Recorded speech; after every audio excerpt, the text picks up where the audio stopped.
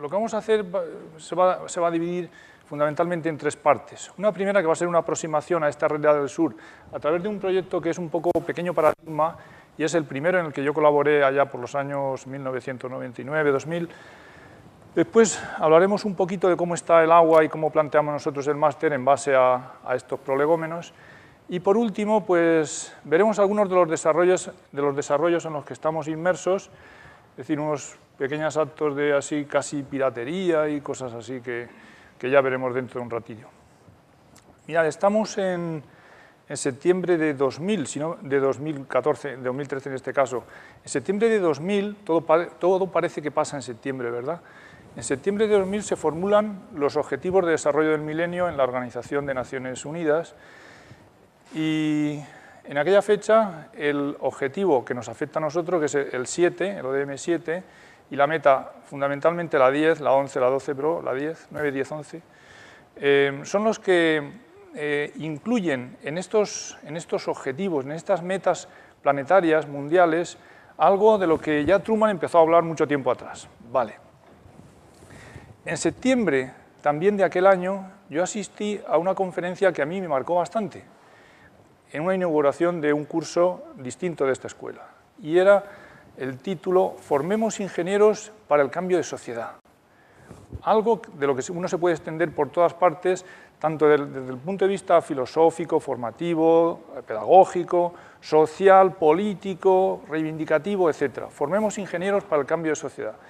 Y lo dictó nada menos que Francisco Michavila, que muchos conocemos aquí en la UPM, es director de la Cátedra UNESCO en Minas, etc.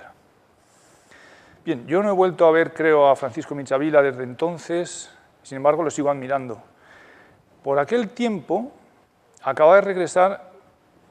acababa de regresar del Darién, de la selva del Darién, es ese lugar que va apareciendo por ahí, de colaborar en un proyectito en el que me inmiscuí por culpa o por gracia de una consulta que se me hizo acerca de un sifón. Una historia que seguramente contaré con más detalle cuando estemos en el curso, quienes se decidan a seguirlo por la parte de agua. Agua es una de las optativas. Regresaba entonces, como digo, de aquella selva, del Darién, de un proyectito de abastecimiento a 4 poblaciones de una etnia que es la etnia Emberá. Había fundamentalmente 2 etnias, la Emberá y la Ubounán en aquella zona. Al sur del Darién es un lugar muy aislado, al que no se llega tan fácilmente y al que las autoridades tenían prohibido acercarse, salvo casos muy, muy contados, pero sobre todo a los periodistas, no se les permitía. Allí se confluían, se refugiaban determinadas personas que venían huidos de Colombia en aquel tiempo, y entonces pues llegaban, sobre todo en la parte sur, guerrilleros de las FARC. Había entonces un tinglado social, político, etcétera, un poco convulso. No había violencia, se puede decir, pero sí había una persona que atendía a aquellas personas. Y es que esto lo digo porque cuando uno por lo que decíamos de paradigmático en el caso, cuando uno viaja, cuando uno se introduce en una sociedad, lo hace con todo lo que hay dentro. No podemos aislarnos de la realidad que nos rodea en cada instante, en cada proyecto, en cada lugar, en todos los sitios es distinto. Y más vale que eso, que forma parte de la identificación, tanto de un proyecto como de tu intervención, la hagamos rápido. Bien, pues allí había una persona, en aquella zona, en aquella región sur del Darién, que es una monja, la hermana Berta Oliva, que había sido deportada 3 veces por el gobierno propio del país, porque ayudaba, curaba, daba de comer, etcétera, sin preguntar a cada uno de dónde venía. Y claro, como algunos venían de donde venían, por cierto, el día que yo llegué, el día anterior había llegado una avioneta con heridos de las FARC, y entonces, pues yo recuerdo verlos y estaban completamente asustados todos, toda la gente a la que ella le estaba dando de comer, curándolos, etcétera, completamente asustados, sobre todo al ver a un blanquito, como era mi caso. Es decir, que esto nos puede servir a la hora de identificación, de pensar en nuestro proyecto, para pensar que los impactos que nosotros podamos evaluar medir o ocasionar en algún caso pueden ser bastante grandes y hay que medirlos muy bien, hay que tratarlos con especial mimo. Pero en este caso, sobre todo, había que conocerlos bien. Miren, por seguir con el caso, y en fin, intentaré ser breve, por seguir con el caso, las etnias que aquí estaban eran provenientes de la cuenca amazónica, según me contaron ellos mismos, una noche a la luz de una hoguera en un pueblo pequeñito del interior que se llamaba Llano Bonito. Venían de la Amazonía empujados por un conflicto, ya se pueden ustedes imaginar cuál es, el conflicto de Colombia. Todos los emberá, de hecho la lengua emberá es oficial en ciertas zonas de Colombia, pues estos venían de las cuencas amazónicas, según me contaron, y habían desplazado en su ruta a los indios Kuna, es decir, un impacto sobrevenido para mí totalmente desconocido, que se habían ido a otras zonas del país, hacia Ciudad de Panamá. Bien, pues estos emberá eran nómadas hasta que la monja que hemos citado antes, Berta Oliva, intentó sedentarizarlos un poco, sobre todo por una cuestión, para que registrasen su territorio antes de que lo hiciesen los avaros que llegaban allí, que no son otros sino los madereros y granjeros criollos o no, que llegaban desde Ciudad de Panamá, de Costa Rica, de donde sea, ahora serían tal vez chinos, que llegarían allí a registrar, no a comprar, sino a registrar las tierras con un teodolito, como estos que vemos por acá, una estación total, y registraban un territorio y es para mí, y si pasa un indígena en Berá, lo mato, como así ocurría. Es decir, se cargaban a los indígenas de una manera indiscriminada. De tal modo que esta monja decidió, o bueno, procuró que aquellos pobladores se sedentarizasen un poquito, y así se crearon 7 núcleos. Claro, entonces llegamos nosotros, ¿no? ¿Qué pintamos nosotros en ese proceso? Lo que pintamos es precisamente el agua. Es decir, dentro de sus llamados de esta señora, pues uno de ellos fue seguridad alimentaria, con un proyecto de una granja que también se llevó a cabo, de una manera desastrosa, por cierto, según creo recordar, y otro que es el proyecto de agua, nuestro proyecto de agua de abastecimiento a 4 poblaciones indígenas de la etnia emberá Bounán. Ellos estaban dispersos, nómadas, entre los ríos Pavarandoy y el río Jaque, si alguien conoce la región, y el Océano Pacífico, y ahí, en esa especie de polígono, de gran polígono de, no sé, pues unos 2.000, 3.000 kilómetros cuadrados, es en el que empezamos a trabajar. Y entonces llegamos nosotros, como digo, con el agua. Ahí estaba el sifón que luego me llevó de viaje por estas zonas. Bien, esto no es sino una pequeña presentación del contexto, de la identificación geográfica, de cómo, en fin, de lo que uno observa, de lo que ve uno cuando viaja por ahí. Esta es la avenida principal de Jaque, no existían allí coches ni nada de eso. Lo único que había era una comandancia de policía que, en fin, solían estar un poco bebidos y que ocasionaban más problemas que soluciones, dicho sea de paso. Aunque eso sí, también nos echaron a nosotros la bronca por ir sin protección justo hasta la frontera de Colombia, a un poblado que se llama Cocalito, que todavía recuerdo. Bien, este es Guayabito, el lugar más bonito del mundo, según mi opinión, claro, y donde años después fueron secuestrados un médico español y su hijo, bueno, un año después o 2. Y bueno, un lugar al que yo no he vuelto, aunque los evaluadores sí regresaron, estas son otras imágenes de la zona, sí regresaron, en concreto a alguien conocido en el mundo de la cooperación, que es María del Mar Rivero, Almudena, oficial de EGI, que todavía siguen en todo este sector, María del Mar en Ingeniería Sin Fronteras, Ongawa, y Almudena pues también algo por el estilo. Bien, salgo de esto porque, a ver,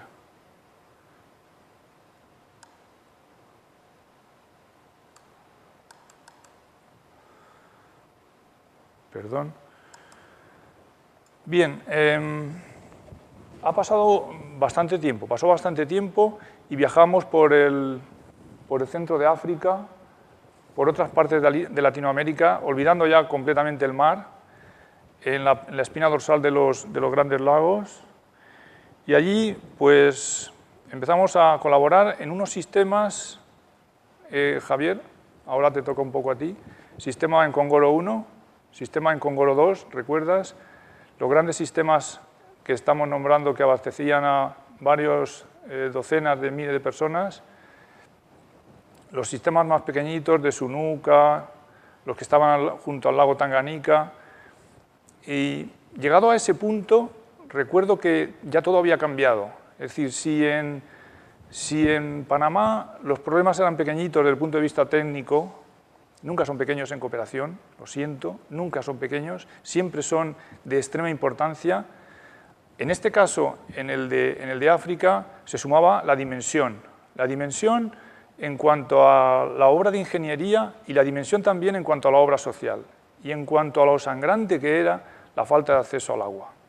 Entonces, Javier, tú recordarás, y te invito a que nos hables, aunque sea un minuto, del Nkongoro 1, los problemas que nos encontramos y las alegrías también en un sistema que llevaba 35 años funcionando y que era un modelo para nosotros. Era la primera vez que nos enfrentamos a una reparación de un sistema que ya había sido inaugurado, como digo, 30 o 35 años, ¿verdad?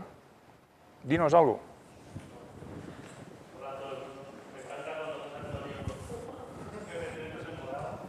Así. Pues yo ahora ya no trabajo en Tanzania, trabajo en Haití con una que se llama Esta por la Solidaridad. Pero bueno, respecto de este proyecto que comenté con José Antonio, pues hay varias cosas interesantes que mencionar, sobre todo como José Antonio ya ha dicho, la dificultad técnica, la falta de medios que va a hacer que de lo que habéis estudiado tengáis que sacar casi lo mejor de vosotros para conseguir alcanzar las soluciones. Eso principalmente. Y luego hay una cosa también muy importante, como también se ha comentado algo, evaluar el impacto que se crea con nuestras acciones y la responsabilidad que tenemos cuando vamos allí, estamos un mes, yo sobre todo lo he vivido en alguna consultoría, llegas allí, estás un mes, trabajas mucho, luego te vas, lo que se queda, quién lo mantiene, cómo se mantiene, pero este era un sistema construido por la cooperación noruega, que funcionó durante 35 años. También es verdad que la cooperación noruega estuvo 5 años para hacer este proyecto. Ahora prácticamente un proyecto así te piden que lo ejecutes en un año y corriendo y deprisa. Sobre todo la necesidad y el impacto. Creo que son dos cosas, y las dificultades técnicas son las tres cosas que yo creo que Muy bien. Muchas gracias, Javier. Encantado de verte de nuevo. Bueno, pues estuvimos durante 2 veranos. Es decir, desde aquel entonces, pues desde que empezamos a ir a África, sobre todo a África, a América un poco antes, han pasado muchas cosas y sobre todo han pasado más de 10 años. Pero las situaciones siguen siendo igual de sangrantes, por no decir tal vez más en algunos casos. Abundando en lo que dice Javier, en el caso anterior que estaba ahí, hubo que resolver problemas que para nada habían sido estudiados en las carreras así tecnológicas a las que estamos acostumbrados a ver sus programas y a seguir en la universidad. A nadie le habían dicho que un grifo podría ser mejor que otro. Otra cosa es que si se nos enseñasen las pérdidas de carga, en fin, todas estas cosas. Por cierto, que aquí tenemos una línea, que lamento lo de la pizarra que no tenemos, pero que no debemos cruzar. Ya lo saben quienes estuvieron el año pasado, una famosa línea que es la línea piezométrica, ¿verdad, Eneco? Bien. Bien, pues dentro de todo eso surgieron dificultades en el caso incluso de Panamá que bueno, pues que te ponían al borde de la, como se dice, la quinta pregunta, ¿no? Y es, en particular, el paso de un río con una tubería elevada que fuese capaz, que resistiese el empuje de las crecidas, sobre todo las crecidas con árboles, es decir, por poner un caso así sencillo. El que no sabíamos que era una zona sísmica importante y que, por tanto, las bases, las cimentaciones, los arrastramientos, etcétera, tenían que ser capaces, las estructuras tenían que ser capaces de resistir el sismo que ahí se iba a producir. De hecho, tuvimos un sismo. En los pocos días que yo estuve allá, en las 2 semanas aquellas, tuvimos un sismo, un terremoto que se originó en el Pacífico y que llegó hasta la costa de Panamá.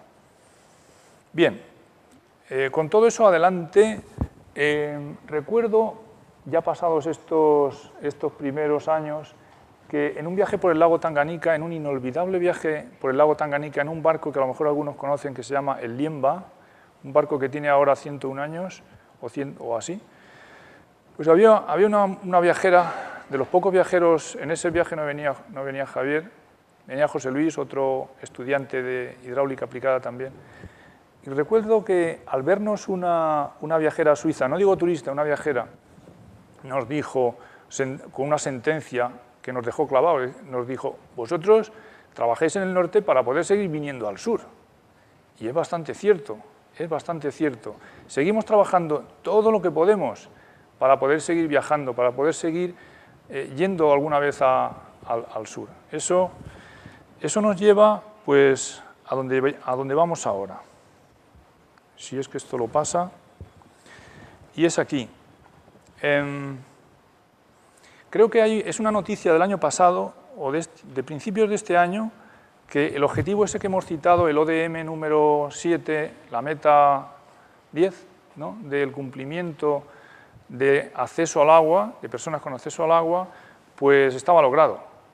Saltó a bombo y platillo que, bueno, pues eso estaba logrado. Eso significaba que con 820 millones de personas sin acceso a fuentes de agua segura, los que hicieron esa evaluación y redactaron esa especie de sentencia, pues se consideraban que ya eso estaba cumplido. Y a lo mejor entonces no hay que seguir ayudando a los 820 millones que quedan. Pero bueno, eso es matizable, desde luego.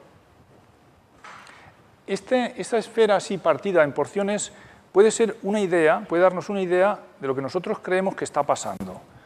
Es decir, que tenemos una situación en la que unos 1.000 a 1.400 millones de personas tienen una cobertura prácticamente 100% de acceso al agua, pero 100% como la que tenemos aquí en la escuela o en nuestra casa, es decir, 5 grifos por vivienda. Fijémonos en ese ratio, ¿no? 5 grifos, 5 puntos de agua, y luego pues añadimos el reparto que nos toque pues, de las escuelas, de las bibliotecas, de todo eso, a lo mejor tenemos hasta 6 o 7, ¿no? Posiblemente más. Vale. Y luego pues tenemos abajo del todo, en el otro que se descuelga, es ahí que se está cayendo al suelo, unos 1.000 millones, porque 1.000 más menos 200 son 800 o 1.200. Entonces podemos decir que en torno a 1.000 millones de personas tienen cobertura cero. Lógicamente eso es mentira, porque si tuviesen cobertura cero, al segundo o al tercer día se morían todos. No tienen cobertura cero. De algún sitio cogemos el agua, de algún sitio. Pero ese algún sitio habría que ver cuál es. Posiblemente el que se ve en la foto de al lado. Ese de la foto de al lado es un pueblo que se llama Kasuku. ¿Te acuerdas, Javier? Kasuku. En el Encongoro, 1. En el Encongoro, no. 1, 2, 2. En el Encongoro, 2. El Encongoro 1 no llega hasta ahí. El Encongoro 2 es un sistema con 100 kilómetros de tubería, 6, 7 poblaciones, y esta es la de cola. Claro, a la de cola le llega menos, porque los otros la gastan antes. Y, en fin, no pasa nada. Vale, pues, sin embargo, están contabilizados dentro de los que están arriba, pues no como los de azul, pero sí como los del tono ese más beige, ¿no? Así están contados. Pero bueno, volviendo a nuestros queridos olvidados, los que están en el amarillo, en la zona de África subsahariana, no digamos los que están huyendo de hacia los campamentos de refugiados, los que están en tránsito en esas circunstancias, quienes hemos visto las caravanas de los desplazados por la ONU, de refugiados por la ONU, deambulando por África, es algo que tampoco debemos olvidar. De las 10 o 15 cosas inolvidables, esa es una de las peores, de las más emocionantes y de las que cuando lo recuerdas casi te parece una pesadilla. Ver los camiones y la mirada de la gente que se va. Esos no llevan agua. Si en el viaje beben algo, será porque a lo mejor los de la ONU les dan algo. Pero así es. Y los que van caminando, peor todavía. Los que en el barco Liemba ese se movían huyendo del Congo, pues ya ni os cuento. Bien, pues, en fin, esta situación de los 1.000 millones que de alguna forma sobreviven bebiendo agua, pero lo hacen a costa ya sabemos, ya podemos suponer gravísimas enfermedades, lo cual nos lleva a lo que tenemos en la mesa, control de calidad del agua, etcétera, que luego hablaremos de ello. y quedan ahí esa zona con esos destellos de azul que no son sino una enorme porción de imprecisión en la que hay personas que tienen suministro de agua potable en una situación de precariedad y saneamiento. Bueno, saneamiento es mucho peor que esto, digamos que es el doble de peor, más o menos, aproximadamente el doble. Pero en esas zonas que observamos de abastecimiento precario, sin embargo, se observan unos destellos azules que lo que significan son, recordarás también, Javier, zonas a las que no nos gustaba ir. Es decir, las urbanizaciones de chalés lujosos de Dar es Salaam, de Kigoma, de Arusa, de Caratuyano, pero en fin, de las grandes ciudades de África, y hablo de las visitadas, me han hablado de que, bueno, en Mozambique también las hemos visto, en Pemba, pero nos han hablado de zonas en las que todavía el lujo al parecer es mayor, como Luanda, Lagos, etc. Es decir, Accra, ciudades en las que, bueno, pues esos destellos azules no son, sino lo que decía antes nuestro querido director Jaime, no son sino la manifestación más cruel de la falta de inequidad que ahora mismo asiste al mundo, en general al mundo, pero a los países en desarrollo todavía más. Bien, con todo esto, además, habría que decir que, como sale allí en la foto esta, como vemos en la foto, y en esta otra, pues se está contabilizando como a personas con acceso al agua a estas personas. Recordemos lo nuestro, 6, 7 grifos por vivienda, es decir, prácticamente 1 o 2 por persona, un punto de agua o 2 por persona, a eso tocamos. Sin embargo, nos están metiendo en el mismo saco que a los que tienen 1 para 200, al revés, o sea, un punto de agua para 200, para 150, para 180, bueno, imaginemos que todos los que estamos aquí tenemos un punto de agua para todos nosotros, o incluso con los del aula de al lado, ¿verdad? La cosa podría ser seria.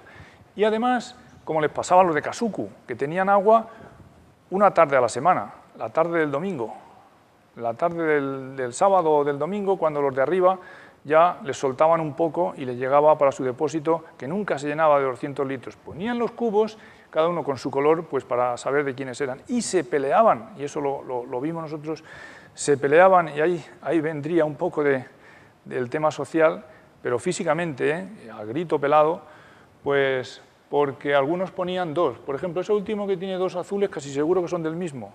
Entonces la gente lo que quería es que cada uno fuese con un cubo, pero no con 2. ¿Por qué? Pues porque tenían la experiencia de que cuando les llegaba el agua, lo hacía para llenar un solo cubo, no 2. Les llegaba media hora de agua al grifo, con lo cual, pues mal asunto. Cuando hicimos nosotros determinadas trampas en el sistema de regulación, o deshicimos las trampas que habían hecho otros, y les dijimos, pero tranquilos, si va a haber agua toda la tarde, o incluso mañana, ¿no?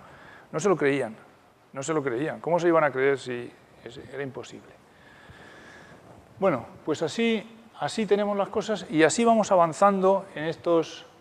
Fíjense que casi estamos yendo por el final, es decir, hasta ahora el máster apenas ha salido, ¿verdad? Solo Javier, que es del título de experto, y experto además en cooperación ahora en Haití, y que nos va diciendo las cosas del Nkongoro 1. Por cierto, que el Nkongoro 1, creo que ya te lo dije, repararon la tubería del pueblo aquel que la habían roto con una carretera. Es decir, situaciones que se dan a las que tenemos que dar respuesta también. Te encuentras un impacto de las actividades comerciales, así a lo bestia, es pues lo impunes que quedan cualquiera que haga algo. Por ejemplo, la empresa china que al trazar su carretera cortó la tubería que abastecía a un pueblo, no recuerdo el nombre ahora, bueno, pues el que sea, Muandiga, el que sea, vale. Y entonces, pues llevaban 2 años y 4 meses sin agua, la tubería no llegaba, pues muy bien, o sea, el agua no llegaba, 2 años y 4 meses. Perfecto, ni había hecho nada el distrito, ni el Ministerio de Medio Ambiente, nada. Y cuando les dijimos a la empresa china, nosotros, que aquello tenía que resolverse, dijeron que ni hablar, pero así, con todas las de la ley. Bueno, pusimos algunos remedios y algunas sutiles amenazas y aquello se resolvió. Entre los que también están contados, no sé por supuesto, por desgracia, como con acceso al agua, esto es algo de lo más sangrante que podemos tropezarnos en la actualidad quienes vamos por ahí. Y es que estén contabilizados, estén sumados como con acceso al agua, comunidades en las que lo que tienen es esto es un pueblo que se llama Kigaga, en el distrito Kibondo, al norte de Kigoma, a medio camino del lago Victoria, desde el Tanganica. Un lugar también olvidado, repoblado, por así decir, con burundeses y ruandeses que vienen de sus tremendos conflictos, y aquí en la zona esta de frontera se han realojado. Bien, pues este es su acceso al agua, una tubería rota al final de una conducción, ahí en medio de los charcos, y por lo menos 100 personas se estaban abasteciendo o más en ese momento. Cuando hay agua, pues todos se lo comunican y van a por el agua. Bien, y ahora sí que vamos entrando un poquito más en los objetivos, en lo que vamos a ir trabajando a lo largo del máster, yo diría, ¿no? En la parte de agua no es distinta, digamos que el esquema para servicios básicos es fundamentalmente el mismo. Un conocimiento fundamental y básico de las necesidades que tiene la población, una identificación, por tanto, en condiciones, el conocimiento básico casi es decir el llamado, ¿no? Vengan ustedes y ayúdennos, como dijeron la monja esta de Panamá, o como dice el distrito de Cabo Delgado, o en fin, cualquier otra institución. En la actualidad, cada vez más los estados. No debemos olvidar que el momento actual, creo que lo decía también Jaime, se caracteriza por varios hechos muy claros. Uno de ellos es la reducción de las financiaciones por parte del norte, y otro, que creemos que es más positivo, es, por una vez, la toma de las riendas por parte de los estados del sur, de sus organizaciones, de alguna manera porque tienen algo más de financiación propia, y de otra pues porque sus niveles formativos y de autogobierno, por así decir, ya son diferentes que cuando estaban casi desasidos de la mano del Imperio Británico o francés, hablando de África en particular. Bien, pues estos son los esquemas básicos que no vamos a ver, por cierto, en esta asignatura en concreto, sino en las de fundamentos y complementos así de la cooperación para el desarrollo, como es pues el tratamiento de la matriz del marco lógico, las planificaciones, los presupuestos, todo eso, bueno, se verá en otras asignaturas. La nuestra nos centraremos, como decíamos, en el agua y en todo lo que hay en torno a ella. En torno a ella, por ejemplo, están situaciones como esta que nos pueden servir para hacernos también una idea de cómo están las cosas en estos repartos. Y aquí surge una idea que el año pasado empezamos a tratar, y es leer las imágenes, ¿no? Una lectura detallada, lenta, como dice Jaime antes de mí, lenta, sosegada y repetitiva si hace falta. Entonces, yo antes, hace unos años, me di cuenta, mucho después de haber pasado de la foto esta de arriba, de esta foto de estos chicos, y me dio mucha vergüenza haberla hecho. Eso es una ciudad que se llama Montepuez, está en Cabo Delgado y es una de las principales avenidas de Cabo Delgado. Y bueno, pues allí esperábamos un rato para que nos cortasen unas ferrallas para hacer un hormigonado de una losa pequeñita y tal. Y bueno, pues vi este pozo y me fui para allá y hice una foto como quien hace 10, ¿no? De una manera completamente intrascendente, irrelevante y sin ningún ánimo de nada. Pero luego después, cuando la revelas, cuando ves lo que has hecho, dices, pero ¿cómo es posible? Solamente la cara con la que nos mira la gente, ¿no? Es uno de los impactos estos, que en mi opinión no es positivo, que decíamos antes. Pero bueno, a efectos de leerla de cara a cómo tienen estas personas el acceso al agua, siempre es positivo. Se está tratando de un pozo en el centro de una ciudad, probablemente el acuífero esté contaminado porque habrá letrinas alrededor, seguramente hay letrinas, casi seguro, que drenan, que lanzan sus lisiviados por ahí, pues por el subsuelo, y que por tanto contaminan los acuíferos, por lo menos los someros. Eso por un lado. Por otro, pues que hay una especie de vaciado alrededor que hace que en la época de lluvias todo confluya hacia el pozo. Todo confluye, toda la suciedad va lavando, todo confluye al pozo. En vez de estar elevado, lo que está es, se le ha hecho ahí esa especie de vaciado.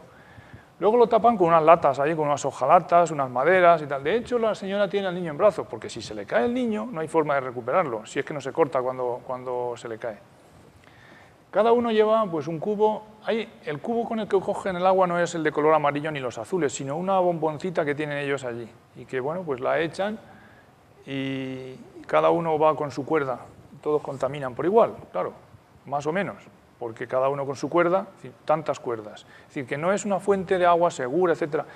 Y repito, y perdonen por la pesadez, están contabilizados con total seguridad en Montepuez, sus 70.000 habitantes, como con acceso al agua segura y de calidad, y están en la franja, no sé si en la azul, pero en la otra sí, en la otra están seguros. Vale. Claro, en vista de eso, nosotros ya no tendríamos que hacer nada, porque para los 820, bueno, si acaso para ellos, ¿no? Para los que quedan, según dicen los organismos internacionales. Estas tres siguen siendo situaciones de 2009, repito, en Mozambique, en Cabo Delgado. Es el acceso que se tiene en Linde, ahí arriba, pues una bomba, la única que funcionaba en el pueblo. En fin, es la lectura. Claro, para mí la lectura es fácil porque recuerdo cada uno de los instantes en los que se hicieron las instantáneas, las fotos estas. Arriba cogiendo con ese cubo famosísimo, hecho famosísimo por Kapuscinski, ¿no? El gran milagro de África, que es el bidoncito amarillo, el bidón del agua, o el cubo de 20 litros. Pero claro, las niñas no pueden llevar un cubo de 20 litros a la cabeza, y entonces una lleva ahí un cuenquillo pequeño y la otra lleva una bombona que se pone sobre un trapito en la cabeza. Es decir, esas son las situaciones normales, tampoco hay que llevarse las manos a la cabeza por esto, es bien cultural y bien asumido, pero claro, si leemos un poco más y miramos la foto de abajo, en un pueblo de 4.602 habitantes, creo que eran, los dos últimos éramos Gabriel Rebasa y yo, que estábamos allí y nos contaron también, el régulo, el alcalde, pues, hombre, qué menos que 2.000 niños podría haber en el pueblo, y solo había 2 aulas, y no llenas, sino como están ahí, pues 25 niños, es decir, que tenemos un 90% de ausencia de la escuela, más o menos. Y sin embargo, si vamos a las estadísticas del gobierno de Mozambique, seguramente el 99% están escolarizados en primaria, casi seguro. Pues igual que es sospechosa esa cifra, debería de serlo, o debería haberlo sido, la de acceso al agua, cuando se nos ha dicho que ya estaba cumplido el objetivo del milenio. Pero dudo mucho que se hayan hecho estas consideraciones, o estas lecturas, ¿no? Esta vuelve a ser una situación en la que, bueno, es una situación que nos lleva a un tópico entre quienes estamos inmiscuidos en estos temas del agua, y es el tópico del transporte. De acuerdo que puede parecerles impactante que una señora lleve un cubo en la mano, otro en la otra y otro más grande en la cabeza. Pero así es, así es como se lleva el agua. Entonces, ahora viene la segunda cuestión. Hemos hablado de cercanía al agua, o sea, de dotación, demanda-dotación. La demanda y la dotación serán dos conceptos que sí trabajaremos bastante con ellos, pero cuando hablamos de esto estamos hablando de dotación. Dotación, por ejemplo, ¿cuánto piensan ustedes que tenemos en España? Más de 100, 140, 150 litros, persona y día. Persona y día, y en algunos casos medidos en la comunidad, no medidos a nivel global con el reparto repercutiendo la escuela, el hospital, sino bien, o sea, ese es el gasto. Esa es la dotación y la demanda, que más o menos está compensada. En estos casos, en estos proyectos, y actualmente, Javier, discrepo en eso contigo, se nos está casi imponiendo que pongamos 60 litros persona y día para los proyectos. ¿Quién va a ser luego capaz de llevarse esos? ¿Vas a ir tú a llevarle los 60 litros a su casa, que está a 300, 400, 500 metros? ¿Cómo le vas a llevar a una familia de 10 personas 300 litros, o sea, 400, 500, 600 litros? ¿Cómo le vas a llevar 600 litros? A nadie. Si no tienes un carro, ni una bicicleta, ni siquiera. A mano, o sea, puedes hacerlo el primer día, pero al segundo ya estás débil. Y también entramos en otra especie de impactos y dinámica de la no tenencia del agua, ¿no? En la debilidad, etcétera, en la que no vamos a entrar. Bueno, pues todo esto condiciona muchísimo los proyectos, y no solo los proyectos, sino también los proyectos, digamos, como dicen los de arquitectura, ¿cómo es? De nueva planta, ex novo, ¿no? Ex novo, los ex novo, sino también los de reparaciones, los de las rehabilitaciones, como en nuestro caso el sistema en Congoro 1.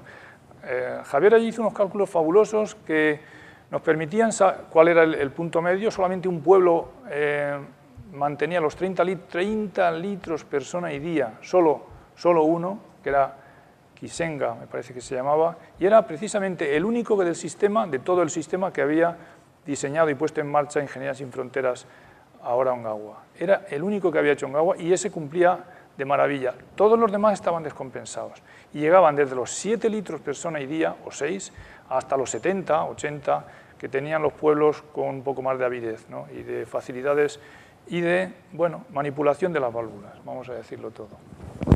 Bueno, pues esto es un poco ya abrir un poco más de boca. Estos son los grandes sistemas. Eran tan grandes que incluso decidimos fijarles todas sus características en el Google Earth, que es una herramienta fabulosa que nos está facilitando mucho las cosas, pero muchísimo, a la hora de no solamente plasmar en planta lo que tenemos, sino también los relieves de las líneas, las características de las tuberías, los depósitos, etcétera, etcétera. Y luego también es integrable en los cálculos con el programa de PANET de cálculo hidráulico. Bien, estos son algunas cosas que ya menos detalles, porque vamos a pasar a ver cuáles son nuestros aparatitos, nuestros últimos diseños, que les puede parecer algo artesanal, pero que para nosotros es sumamente importante. Bueno, aquí lo que quería es mostrarles algunas de las cuestiones en las que observamos una gran diferencia, sobre todo en cómo se efectúan en el norte, y que allí son de una importancia total. La presencia en obra, yo he querido ponerla en primer lugar, porque la no presencia nos ha llevado, y lo hemos observado muchas veces, a unos colapsos y unos desastres impresionantes. Es decir, uno de los motivos por los que algunos empezamos a colaborar en la cooperación es porque al viajar fuera veíamos cosas que no queríamos que se repitiesen, así de sencillo. Veíamos depósitos abandonados, sistemas de tuberías donde la arena era lo único que había alrededor, bombas y motores que habían sido dejados por allí. Es decir, sistemas que habían colapsado por cualquier... Hay que leer en cada caso el motivo distinto. Sistemas que habían colapsado. Y algunos de ellos debidos a la cooperación. O sea, promovidos por programas y proyectos de cooperación para el desarrollo. Es decir, también se falla, desde luego. Nos llegaron a decir en algunos casos, recuerdo SAME, que después de 2 años, por ejemplo, en tal o cual sistema, instalado en este caso por el gobierno, solo el 25% de los grifos tenía algún funcionamiento. Lo de tenía algún funcionamiento no se pueden ni imaginar lo que es, pero a lo mejor si hay alguna foto por ahí se puede ver. Y en este caso no. Pero es, por ejemplo, imagínense un grifo completamente roto, saliendo el agua de manera continua. Eso es un grifo que tiene funcionamiento, desde luego, pero que está vaciando y está acelerando el colapso del sistema. Hemos visto aceleraciones en el colapso de los sistemas en numerosos proyectos donde la presencia en obra pues, había dejado de existir. Por ejemplo, un caso que recuerdo era Sunuka y en el que se consiguió salvarlo a tiempo. Sunuka era una población bastante importante en las orillas del lago Tanganica que nombrábamos antes. Bueno, en fin, podríamos estar hablando sobre este tema de los desastres, de los pequeños y grandes desastres, durante horas, y cada vez yo me enervaría más, estoy seguro de ello. Vale, luego, por tanto, la presencia en obra, la presencia muchas veces nuestra, pero además no presencia para estar sencillamente yéndonos a comer al mejor restaurante, sino presencia en obra, vigilando todo, teniendo cuidado de todo, de que no te vendan el cemento ni el acero en el mercado negro, en fin, que eso aquí es un delito, pero allí no. O sea, todo lo que combate el hambre no es un delito, no es si acaso es una pequeña falta, si es que podemos clasificar las conductas. y por eso tampoco los secuestros lo son. Los secuestros para ellos en el Magreb no dejan de ser un negocio, ¿vale? No pasa gran cosa. Lo que pasa es que los occidentales eso lo tenemos puesto en nuestras escalas de otro modo. Pero bueno, así es. Y luego una serie de cuidados así de tipo tecnológico a los que hay que prestar una atención extrema y que nos vuelven al principio, a la presencia en obra, que son la apertura de zanjas. Si no tienes presencia en obra, la zanja termina por ir por un sitio por el que no estaba previsto o como hemos visto en algún caso, rodeando las rocas sin hacer una demolición porque no puedo o porque no tengo cargas o porque, en fin, no me da la gana cambiar el trazado, la pongo por encima de la roca y ya pasará otro que lo arregle. O, como en algún caso, vuelvo al Encongoro 1, en este caso me parece que es el 2, al Encongoro 2, sí, en el que se había puesto la zanja y la tubería al lado, pero nunca la tubería entró en la zanja, sino que la dejaron al lado y servía por allí, principalmente para que las mambas negras se refrescaran. Y de hecho estaban por allí dando vueltas alrededor de la tubería, tenían sus nidos, sus cuevecitas, y había muchas a lo largo de la tubería. Pero es que durante cientos de metros la tubería no estaba en la zanja. 2 años antes se había hecho la zanja, pero la tubería la habían dejado por fuera. Claro, si en ese momento estás fuera de la obra, pues esa semana te has tenido que ir a hacer un informe.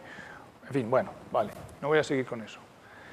La apertura de zanjas, las uniones, los soportes también colapsan. Todos estos son aspectos tecnológicos por los cuales se está fallando en muchos, o estamos perjudicando la sostenibilidad de muchos sistemas.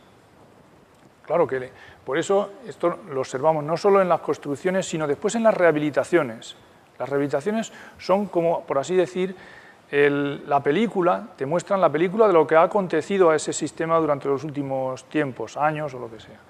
Hay sistemas, hemos visto sistemas que a los 4 o 5 años han dejado de tener una vida suficiente y entran en un periodo de colapso. Los periodos de colapso creemos que en 6 meses son suficientes para que un sistema de estos termine por dejar de funcionar completamente, si seguimos una cadena de acontecimientos en los que ahora no vamos a entrar. Pero en fin, las uniones y los soportes son interesantísimos y se están haciendo fatal en muchísimos de los casos. El control de los materiales, la seguridad y salud en las obras. Recuerda, Javier, perdona que te nombre tanto, pero recordarás las obras de la carretera donde 200 trabajadores, había 200 o 300 trabajadores a lo largo de la cuneta trabajando allí en la carretera, con unas piedras pues como la mesa esta, y no llevaban botas ninguno, unos descalzos, ninguno llevaba casco, solo uno, el jefe, que era chino, claro, eran de la empresa de los chinos. Las pruebas hidráulicas, no se hacen demasiadas pruebas hidráulicas, hablaremos de esto detenidamente, pero ya de antemano las pruebas hidráulicas que se hacen son con tubería tapada, con lo cual ya no hay posibilidad de reparar en muchísimos de los casos, lo cuesta mucho más, etcétera, etcétera. Las fugas, bueno, lo de las fugas ya ni os cuento. Todo esto, ¿para qué? Bueno, para hacer las cosas bien, desde luego, pero también para remarcar aquí, delante de todos, también de los máximos responsables, que lo saben, lo tienen aprendido de sobra, la importancia de la base tecnológica, la importancia de una tecnología a la que en algunos casos dicen que es fácil. Si fuese tan fácil, no estaríamos fallando tanto. El otro día, hace pocos días, un profesor, una profesora en este caso, de una universidad privada que no citaré, me dice, oye, vente que vamos a proponer un proyecto de fin de carrera, la bomba de Mecate, en mi escuela de ingeniería industrial y no sé qué. Bueno, vale, perfecto. Y entonces el profesor, también, en fin, un colega mío de hidráulica, fluidos y esto, y máquinas hidráulicas, dice, no, es que eso tiene poca entidad para un proyecto de final de carrera. Necesitaba que tuviese muchísimos cálculos, etcétera, etcétera. Digo, ¿y cómo lo sabes? Dice, porque lo he visto en internet. Entonces mi sorpresa fue tan grande que me fui espantado. ¿Cómo no? ¿Cómo no? Repito, el hecho tecnológico creemos que es sumamente importante y por eso es el primer nombre de este máster, ¿no? Tecnología para el desarrollo y la cooperación. Vale, al llegar aquí nos paramos en lo de las aguas tipos de las aguas, etc. Hemos nombrado, y así para la primera lección ya tenemos la base para después cuando entremos en enero, porque este año es todo en enero, ¿verdad, Jaime? Es todo el mes de enero vamos a tener mucha agua, vamos a congelar de agua. Pues decíamos que atendíamos a la cantidad de agua, a la dotación que se daba por persona y día, ese es un parámetro fundamental. El otro parámetro es la cercanía, vamos a tal o cual sitio, tenemos 200, 300 metros, 400 metros, y nos queda uno, al cual se le ha dado menos importancia antes, al principio de los tiempos de la cooperación, pero que ahora cada vez pues, más personas están trabajando en él, y es el de la calidad del agua. Bebíamos agua en mal estado y no nos pasaba nada, o sí. Yo, bueno, pues ni os cuento las diarreas que he tenido por hacer tonterías en algunos casos en África, ¿no? Pues por no hacer caso de lo que se nos dice en el manual de seguridad incluido, y entonces que redactaste vosotros, y entonces pues beber agua indebidamente pues del grifo de Kigoma, cuando estaba mal, sin tratar y tal, bueno, pues rápidamente cogías unas diarreas que te duraban 2 o 3 días. En Mozambique también, porque llevé la cantimplora desde Tanzania, eso fue un fallo.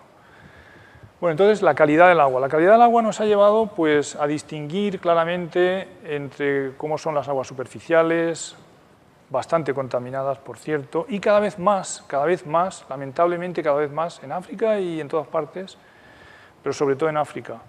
Las aguas subterráneas, en fin, bien, la calidad es bastante buena, y las aguas de lluvia. Las aguas de lluvia aquí nos paramos en este tema, es, por así decir, una procedencia en la que nos estamos fijando ahora y en la que, gracias a la Agencia Española de Cooperación Internacional para el Desarrollo y a un convenio entre la UPM y el Instituto Ambiental Brasil Sustentable, creo que es el nombre, pues nos están llevando por un país no tan subdesarrollado, sino todo lo contrario, que es Brasil, a un proyecto de evaluación del programa de cisternas de tercera agua. La recogida de aguas pluviales tiene estas 3 partes que ahora nos dirá Mafalda. Ya, por favor. Y entonces, sigue tú porque si no lo cuento yo todo.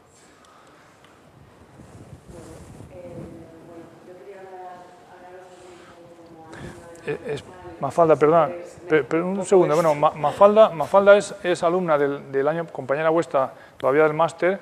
Ella empezó el año pasado y ha sido becaria en el Laboratorio de Hidráulica para el Desarrollo durante todo este curso último, hasta ahora, y también pues, se incorpora al proyecto como becaria en el proyecto de la evaluación del programa de evaluación de cisternas escolares en Alagoas, en Brasil.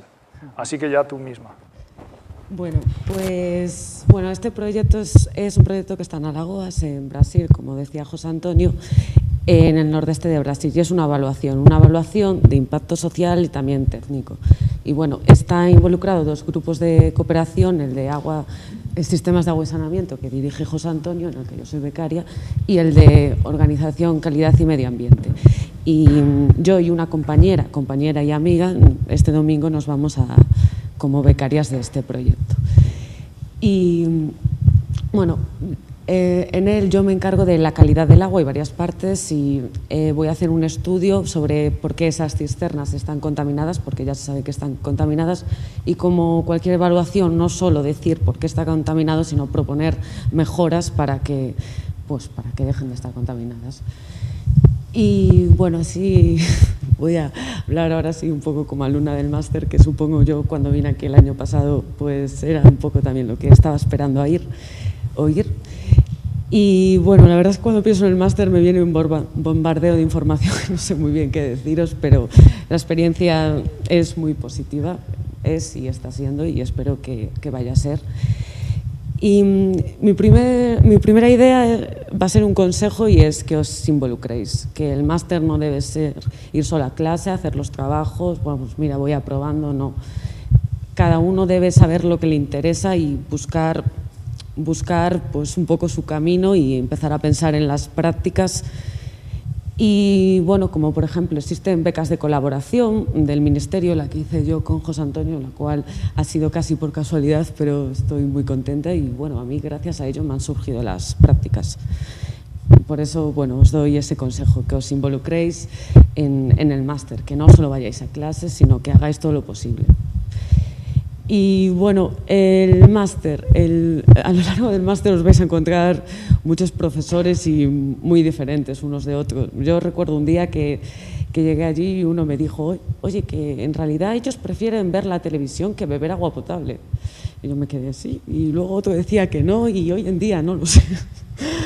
Y he llegado a la conclusión de que, primero, que cada sitio es un mundo y es diferente, y segundo, que hay que tener en cuenta que no hay una verdad absoluta y que uno mismo tiene que encontrarla. Y también otra sinergia que se encuentra en el máster somos los propios alumnos, porque en el máster había alumnos muy diferentes. Uno venía de la ONU, otros venían de empresas privadas, uno trabaja en la CID, otros no tenían ningún tipo de experiencia, como yo. Y eso hacía que se generaran debates muy interesantes y también pues aprendíamos unos de otros y seguimos haciéndolo. Y bueno, así, a ver más.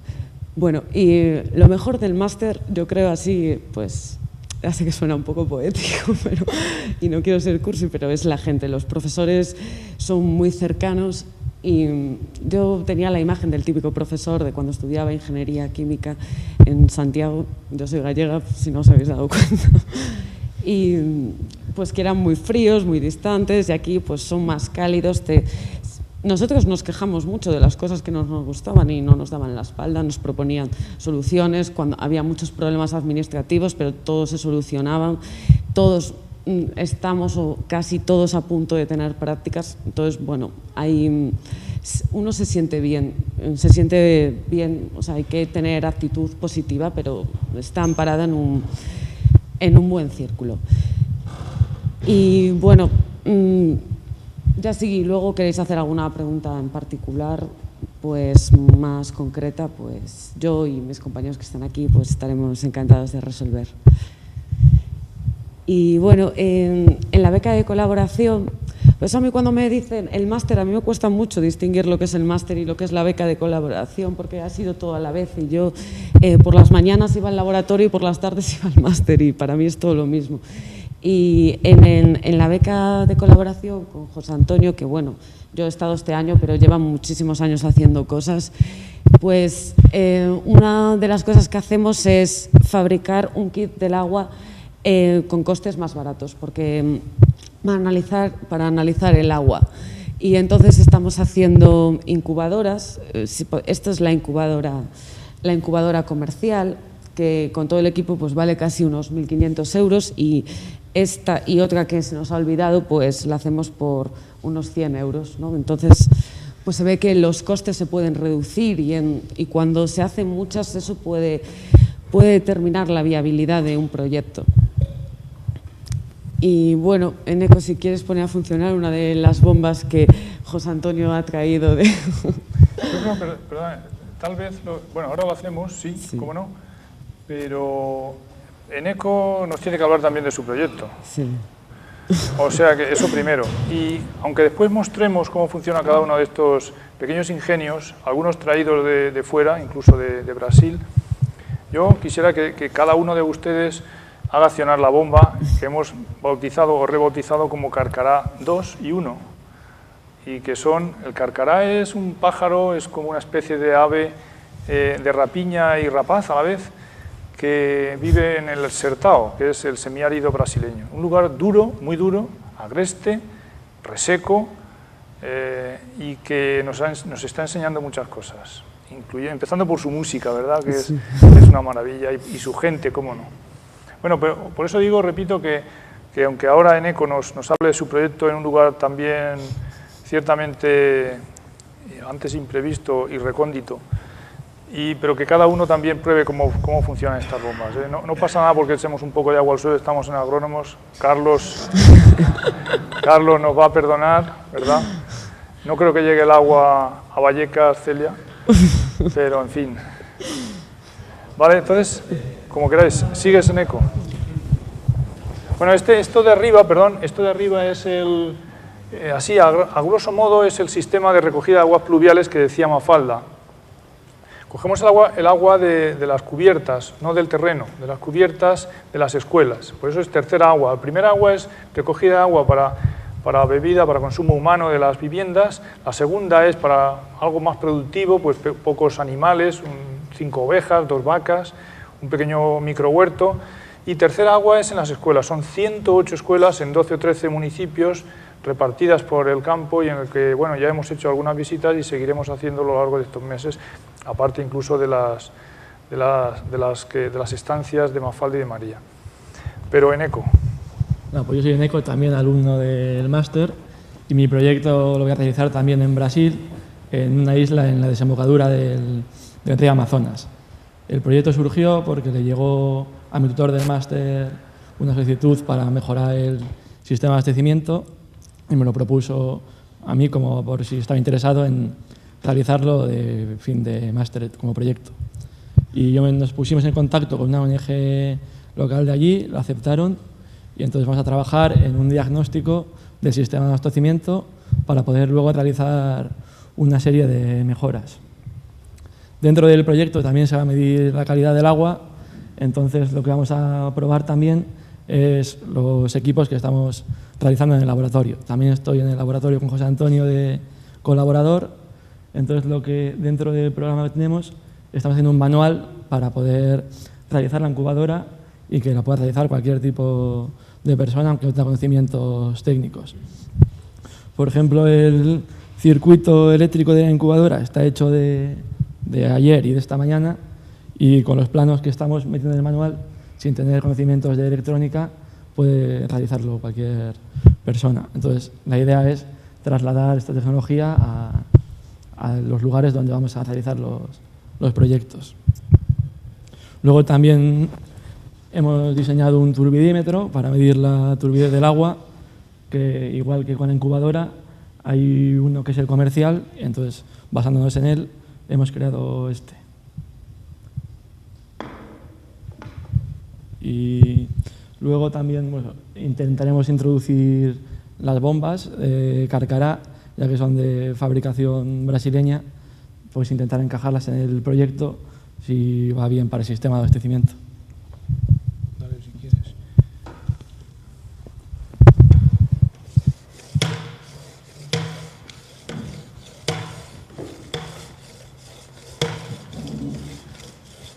Tiene poca agua el cubo.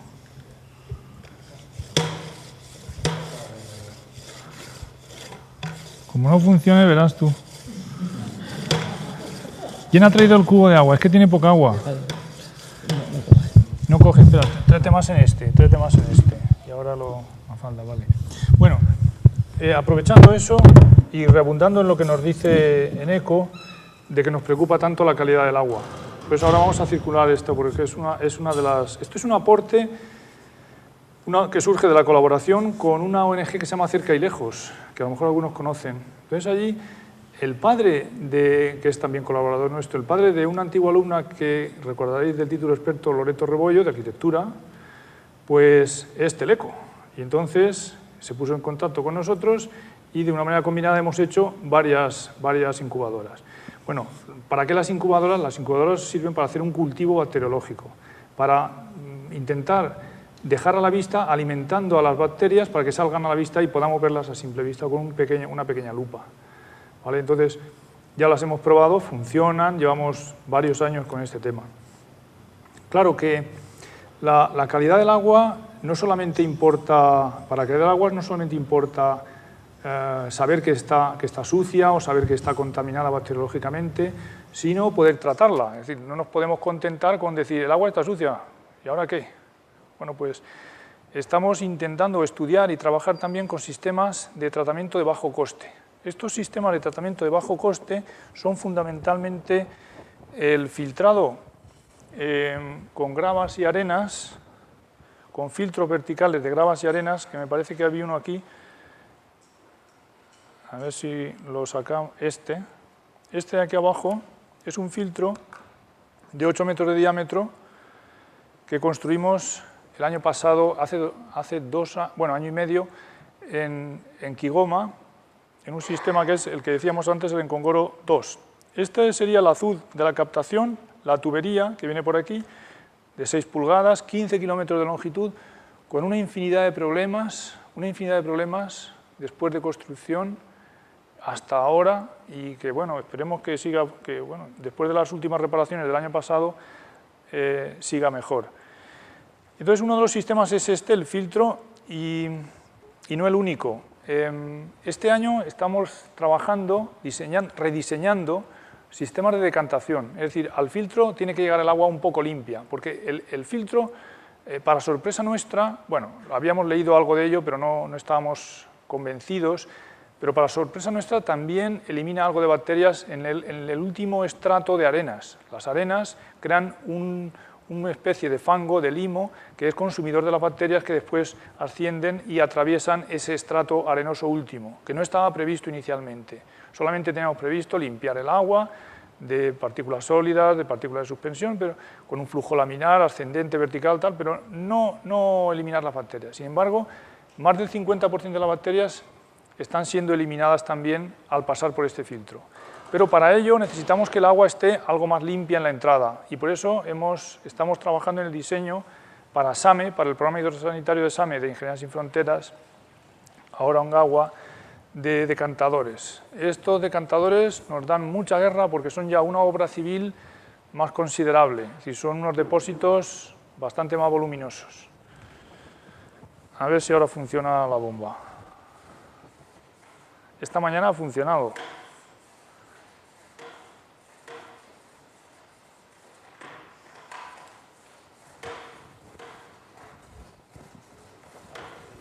Tendría que haber funcionado ya. Déjame a mí. Sí, algo pasa. Algo le pasa, pon la otra. Algo le pasa. Es como si hubiese perdido la bola. Bueno, estas las trajimos de Brasil, no las hemos hecho nosotros, menos mal. No,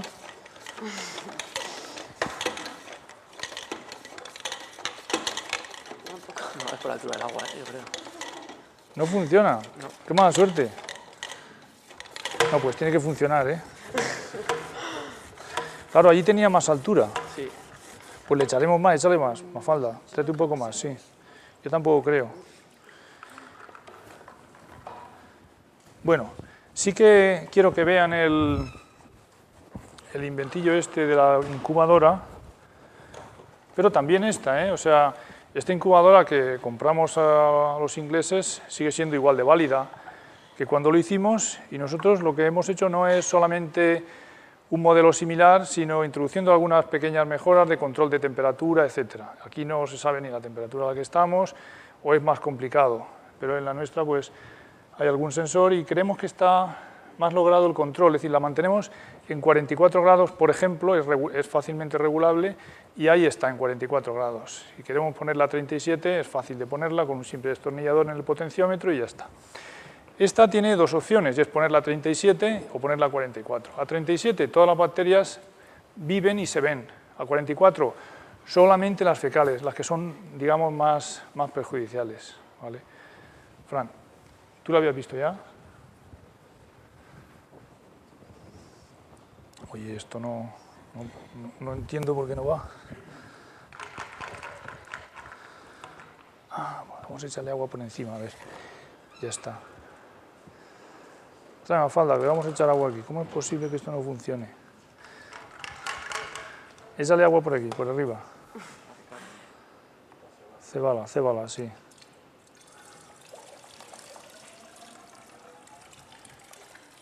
Vale.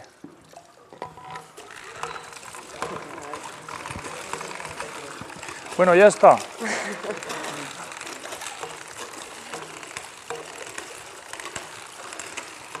Bueno, esta bomba, que aunque se ha resistido a funcionar, yo creo que es por encontrarse en un lugar al que no está acostumbrada. Un aula magna no es el aula de Mozambique que estamos viendo ahí con los niños en el suelo, que por cierto hay una anécdota ahí muy curiosa, es que yo siempre me preguntaba, dentro de mis muchas ignorancias, ¿por qué los niños llevaban una escobilla de palillos a la escuela? ¿Para qué quieren una escobilla de palillos los niños que van al cole y todos llevaban su escobilla y tal? Y era para limpiar el suelo, porque como se sentaban encima de él, si no todas las chinas se les pegaban al culo y claro, pues lo limpiaban así, ¿vale? Bueno, estas bombas, que ahora ya sí cada uno podrá hacer que funcionen, las están utilizando en Brasil para sacar el agua de las cisternas, para extraer el agua de las cisternas. Nosotros ahora tenemos que ver en qué asepsia, o sea, con qué limpieza lo hacen, qué influencia tienen, incluso construir algunas algo mayores, para ver si podemos utilizarlas digamos, en competencia con una que ya nosotros tenemos trabajada, que es la bomba de mecate, la bomba de cuerda. La bomba de mecate la aprendimos esa que no quieren hacer la universidad esta porque dice que no tiene entidad suficiente, en un proyecto fin de carrera de un ingeniero industrial. Bueno, pues la aprendimos no de internet, claro, sino de Nicaragua, en una especie de trabajo o de cooperación, transferencia sur-sur, Nicaragua-Mozambique, pasando por aquí, ¿no? Pasando por Madrid, ya puesto pues unos meses de trabajo aquí en medio, primero en Nicaragua, donde aprendimos, repito, después en la escuela y después, por último, en Mozambique, en Cabo Delgado, donde instalamos un par de ellas.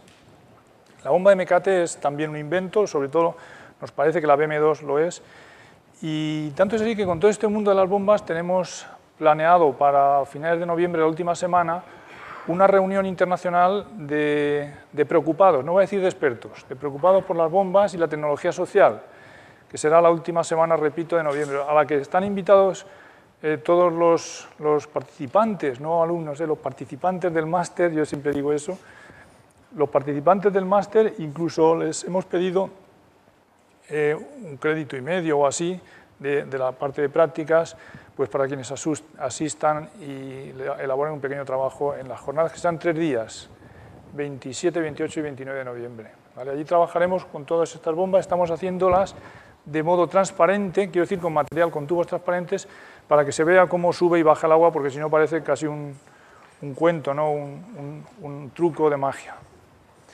Y bueno, pues por mi parte nada más.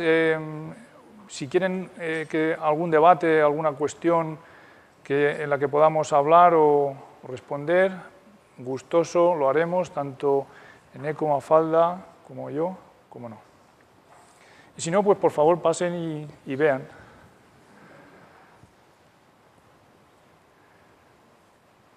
¿Sí? ¿No? Vale.